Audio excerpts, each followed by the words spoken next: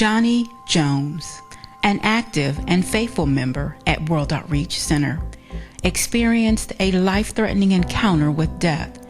And through this tragic experience, he began to see the mighty hand of God through the power of prayer, and his life will never be the same.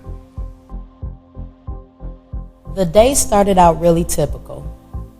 Typical morning commute, take the girls to school, drop the husband off at work, and then I came over to church actually because I had some work to do.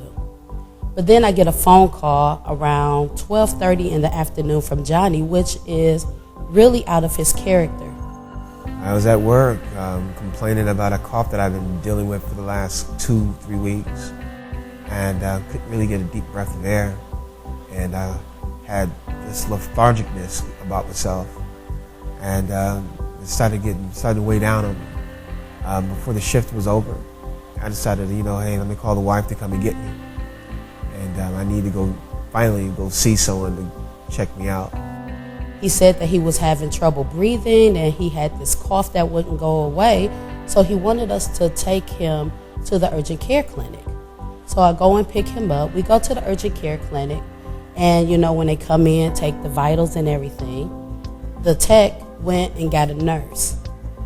And so no one is saying anything. Me and Johnny sort of just sitting there. But then the nurse, when she came in, took his vitals, took his blood pressure, and then she went and got a doctor right away. So at that point, I looked at Johnny and I said, uh-oh, something's wrong. And so when the doctor came in, the doctor took his blood pressure, took his vitals, and said, no, this is an accurate read. I'm sorry, Mr. Jones, you need to go to the hospital right now. So the clinic actually called 911. They were panicking. I feel like I was having heart failure, but they said they were afraid that I might have a heart attack or a stroke. I had no symptoms of it, felt like it. It was just a cough. We were asking, where did this come from? What happened? What's going on? So they whisked my husband off, and I made one text message and got a response, where are you? Told the people where I was, people here at World Outreach.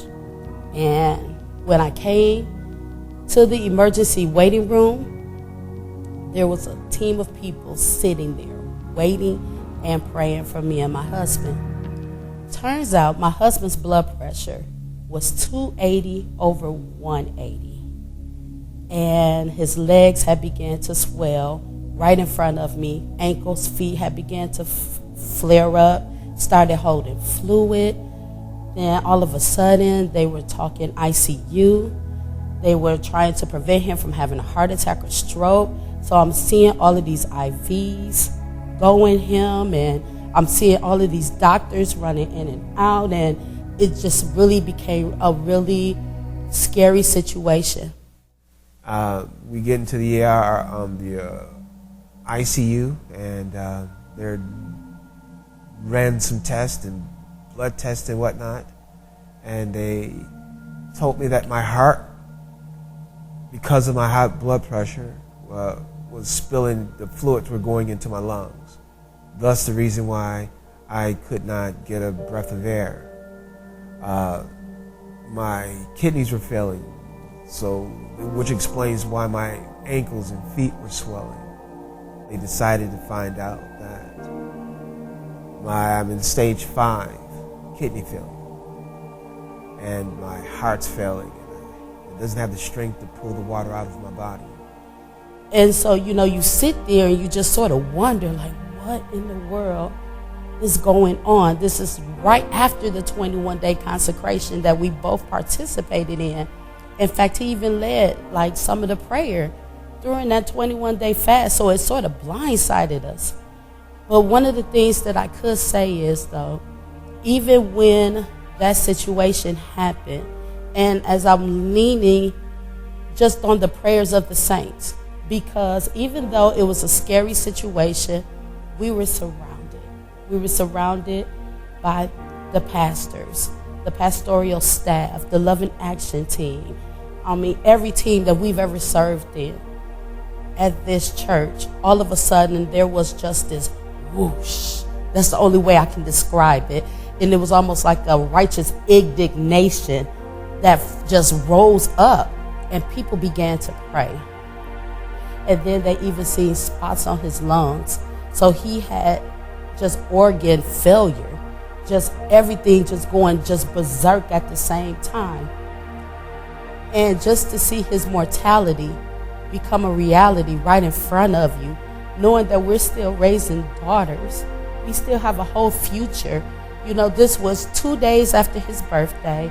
This was a week before our wedding anniversary, and here he is laid up in ICU, not knowing what's going to happen.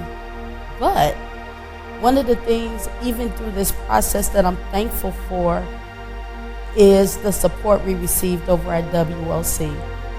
It was never a time where we felt alone, where we felt like we didn't have anybody that was in our corner. We had pastors that was constantly checking on us. We had people whose numbers we didn't even know. We would get text messages like, hey, we're just checking on you and our brothers. Like, hello, who are you? So that was one of the things that really kept us uplifted, and it kept us encouraged through the entire process. Well, it was a rough 3 nights. They were trying to get this water out of me with the nitroglycerin, and it was painful, you know, headaches and the whole piece. They brought my blood pressure down to 180 and kept me at 180 over 140, just so that I won't crash, since I'm used to walking that high, functioning that high of a blood pressure. They want to keep me there so I can slowly come down. So we fast forward over until Sunday. Now he's getting taken out of ICU in just 3 days, which is a miracle when you're having organ shutdown like that. And he's in a regular room being monitored still. And here comes Sunday. So we're watching the service on live streaming.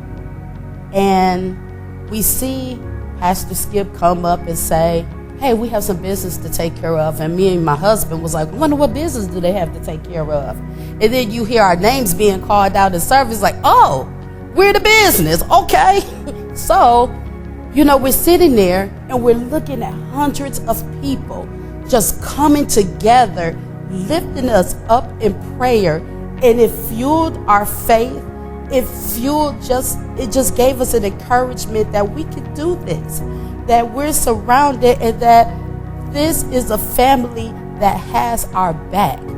So World Outreach has came through for us, and I'm so grateful just to see the way this ministry rallied together.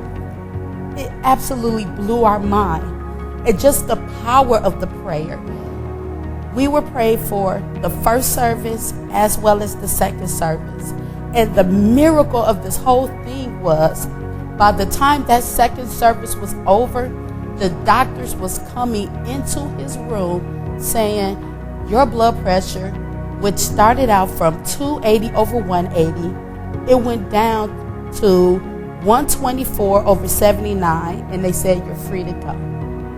That was a miracle in itself. And we don't believe it would have happened if it wasn't for the prayers of the saints. But by us being connected to a ministry that loves us and loves us for real, who loves our family. I don't know if it's normal to be released under the circumstances that I'm in, but for some reason it's not. My doctors are looking at me kind of weird, like I fabricated this, but they got it all on paper. We haven't been here a long time. We've only been here a year and a half. Yeah. And just through the relationships that were built in that little bit of time, built such a connection, built such a family feel, and just a bonding that was definitely felt. So it's so vital to be part of a church that prays, to be in relationship with people that loves you, that you love, So when they received the call, there was a rising up. Yeah. We felt it. We actually felt the undergirding of the church. We literally felt it. We were in the hospital even telling each other, they're praying for us. I feel it. I feel it. I feel the prayers. I felt them in my kidneys. I felt them. It was, you, for some reason, you just can tell that you have your kidneys all of a sudden. And, it's just awesome. Surreal, if you will. It's an amazing just thing to go through, being surrounded by so much love. When the church stands on one mind and one accord, through the power of prayer, amazing things begin to happen.